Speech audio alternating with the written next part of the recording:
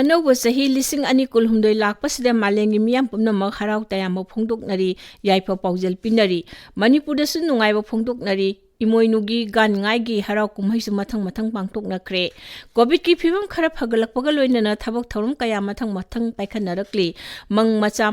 asa macha kharasu mayol chonglaktaban natte chahi kaya sangna paikhalakpa jiribam Imphal railway project khongsang phawba loiduna sang naina train chen hokre gari lambida pung nipal degi tara phawwa satlambadu train satpada pung ani makhai de yobo ngamnagani chahi sigi December thada project asi loisinduna Imphal yauna train chelagani haina railway na phongdokhiba leire gari lambida kilometer sani kunlom sang lambi asi train lambida kilometer sama tarada tensil lagani khongsang degi jiri phawda hojik pung aniga minute tara changi yamna thuna yore Imphal degi MSRTC gi bus tonglaga khongsang degi amu train na chapada arubo oidre Imphal degi tonglaga jiri phawwa chatpa yarbadi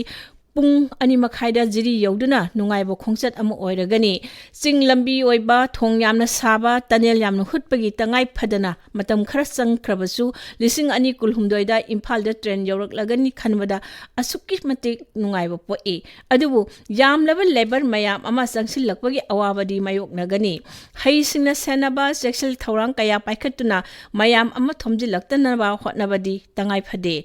ILP sanarabani na station khuding da check na aina yadaba mawongda changlakpa thingnanaba hotnaba yamna maru oi lengakna section senaba haibasi yamna mak tangai phadaba amani jiribam Imphal railway line asida tunnel yangkhaini thoi lei madugi manungda nifu nipal di saba loire awatpa mari du loisinaba hotnari achawa thong 13 lei ayamba saba loisilakle apikpa thongna chamukum mapalni thong macha chama tara di saba loire yamna nungaidaba panjaningba amana malemda khwaidagi wangba railway gi thong lambi sida leigadori Nonegi manakta saba thongni meter chamani phumathoi haibadi foot chamri humphuni thoige inchi taret wangi haina railway gi serol da palli thong asi yengba lakpada lam koibagi thongpham amasu oiraba yari punna station 13 legani station 3 saba loikre punna project asi loibada lupa koti lising 13 chahum kuni thoi changani haina pari train Imphal yorokpada nomagi changdaba yadaba potlamsing pusilakpada yamna khudung charagani gari lambida singkin thaba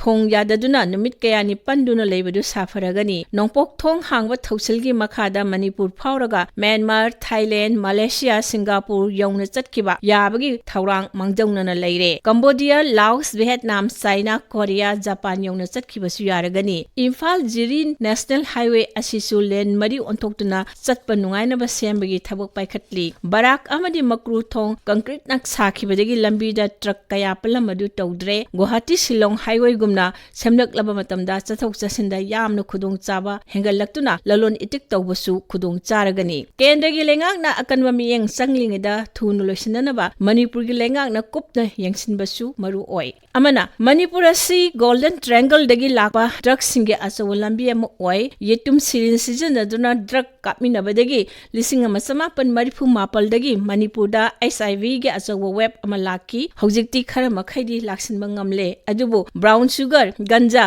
WY tablet amadi atai drug kaya pusilakpadi lab 3 drug na Manipur gi mamal yamlaba na ha kaya ge punsida chawna saithing pirakli hojiksu piba lab 3 masibu laksinanaba sri nongthomam birena luchingba lengak asina ahan belengak pairakpagi ikoi kuiduna lising ani tara nipal dagi war on drugs drug ki mayokta changsin ballangi ahan ba face paikhat pa hauki drug pusilakpa phaba ga loinana singda tharamba popi pambi singyan thattuna manghan ba horaki adubu yamna kanna changsin bada khudung chadaba kharadi mayokna ki sri biren gi ani subatam asidadi war on drugs 2 yamna mai pakna hanadagi hena kansina paikhatle masi afaba khudam amani singi jila gi khulakpa singa siengwa phaminaduna popi thahandana warek paya longminaki adudagi Manipur gi leijariba police amade atai khulai paiba forcing lanai lupsing deputy commissioner sing mayam punna changchin lakpadagi chingmai kaya da tharamba popi pambi sing hanthatuna manghan bangamle